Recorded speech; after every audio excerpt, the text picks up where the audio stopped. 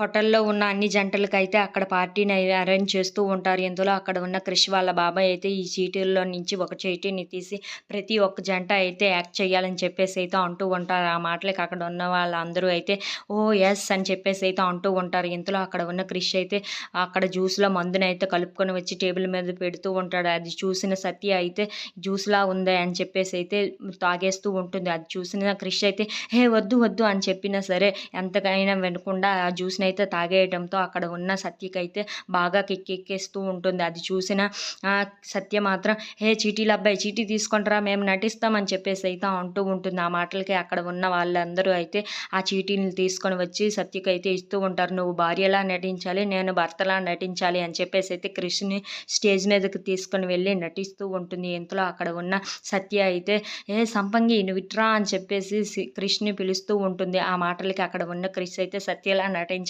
కదా అని చెప్పేసి అయితే దూరంగా వెళ్ళిపోతూ ఉంటాడు. "హే! నన్ను ముట్టుకోకు, నన్ను టచ్ చేయకు" అని చెప్పేసి అయితే క్రిష్ అంటూ ఉంటాడు. ఆ మాటలకి అక్కడ ఉన్న సత్య అయితే "ఏంటి ఇలా మాట్లాడుతున్నావు? రా ఇక్కడికి, నా దగ్గరికి రా. మా ఖాన్దాన్‌లో ఇలాగే ఉంటుంది. ఆడవాళ్ళ మాట జరగదు. నా మాట మగవాళ్ళ మాటే జరుగుతుంది. ఇక్కడ ఎవరిదైనా మాట నెగ్గాలి అంటే అది మగవాళ్ళ మాట మాత్రమే నెగ్గాలి" అని చెప్పేసి అయితే అంటూ ఉంటుంది. ఆ మాటలు వినగానే అక్కడ ఉన్న క్రిష్ అయితే ఏంటి నేను ఈ సత్యతో ఇలాగే ప్రవర్తించానా ఏంటి అని చెప్పేసి అయితే చాలా బాధపడుతూ ఉంటాడు. ఇంతలో అక్కడ ఉన్న సత్య అయితే ఆ క్రిష్‌గా నటించడం చాలా బాగా నటిస్తూ ఉంటుంది. If you like this video please subscribe.